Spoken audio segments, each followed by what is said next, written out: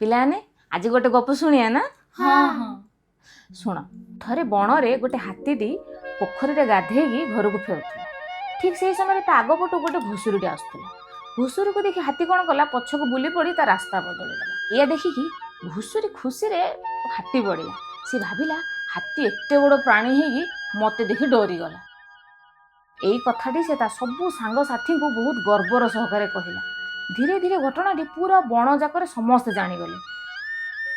କିଛି ଦିନ ପରେ କିଛି ହାତୀ ଆସିଲେ ସେଇ ପୂର୍ବ ହାତୀ ପାଖକୁ ଆଉ ତାକୁ ପଚାରିଲେ, ଆରେ ଆମେ ଯେଉଁ ଘଟଣା ଶୁଣୁଛୁ ତାହା କ'ଣ ସତ?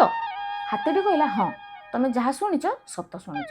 ମୁଁ ସେଦିନ ଗାଧେଇକି ଘରକୁ ଫେରୁଥିଲି, ଆଉ ମୋ ଆଗ ଦେଇକି ଘୁଷୁରୀଟି ପଙ୍କରେ ଜୁଡ଼ୁବୁଡ଼ୁ ହେଇକି ମୋ ଆଗ ଦେଇ ଆସୁଥିଲା। ମୁଁ ଯଦି ତା ଆଗ ଦେଇକି ଯାଇଥାନ୍ତି ତାହେଲେ ମୁଁ ବି ମଇଳା ହେଇଯାଇଥାନ୍ତି। ସେଥିପାଇଁ ମୁଁ ତା ଆଗ ଦେଇକି ନ ଯାଇ ପଛକୁ ବୁଲି ପଡ଼ି ମୋ ରାସ୍ତା ବଦଳେଇ ଦେଲି। ଠିକ୍ ଏମିତି ଆମ ଜୀବନରେ ବି ଘଟେ। ଆମ ସାମ୍ନାରେ କେତେ କୂଟ ପ୍ରକୃତିର ଲୋକ ଆସିବେ, ତ ସେତେବେଳେ ଆମକୁ ଚିନ୍ତା କରିବାକୁ ପଡ଼ିବ ଯେ ଆମେ କ'ଣ କରିବା। ସେଇ ପ୍ରକାର ଲୋକଙ୍କୁ ଆମେ ଇମ୍ପୋର୍ଟାନ୍ସ ଦେବା ନା ତାଙ୍କୁ ଇଗ୍ନୋର କରିକି ଆଗକୁ ବଢ଼ିଯିବା।